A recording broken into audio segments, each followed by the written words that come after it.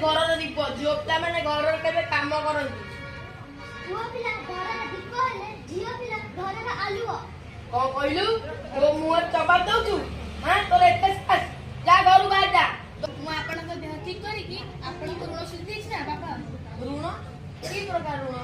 तमें मत जन्म देथिल ना बापा मु तुमको जन्म देती हेले मोर झील तो छाड़ी चली जाइए मो मनीष छाड़ी चली जाइए मुझे पाठ पढ़ा पढ़ी विदा कर बापा मु तुम से बणी जहाँ तुम 20 वर्ष तले पाठ पढ़ा सकाशे बाहर कर पुओ पिला माने होउछथि घर दीप केवल पुओ पिला मन हाथ में ही बही पाठ पढ़ा शोभा पाई थाए कौन